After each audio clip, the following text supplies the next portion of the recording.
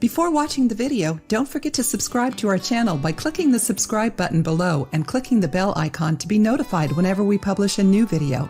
Do you know the difference between rhinitis and sinusitis? It's normal for people to say they have rhinitis or sinusitis without really knowing which is which. Although they're both inflammations, rhinitis is located in the mucosa of the nasal cavity, while sinusitis is a sinus inflammation. Sinusitis happens when your sinuses aren't draining properly and start building up. This inflammation can be initiated by infections, which can be caused by viruses, fungi, or bacteria, or allergic reactions. People with sinusitis also feel pressure or pain in their face and difficulty smelling.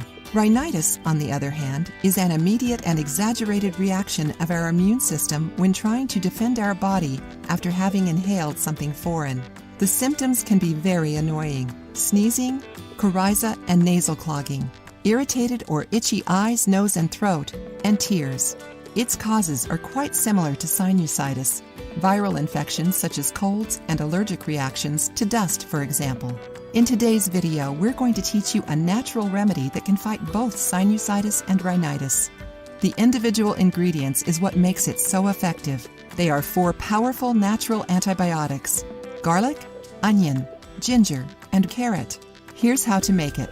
Ingredients: 1 onion, 6 garlic cloves, 2 radishes, 1 piece of ginger, 4 centimeters, half a carrot, a little purified water, enough to blend the ingredients together.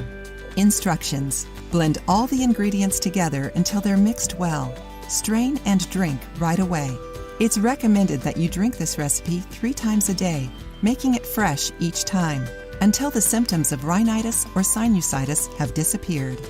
If you liked the video, give it a thumbs up and share it with your friends. For more recipes and tips, subscribe to the channel.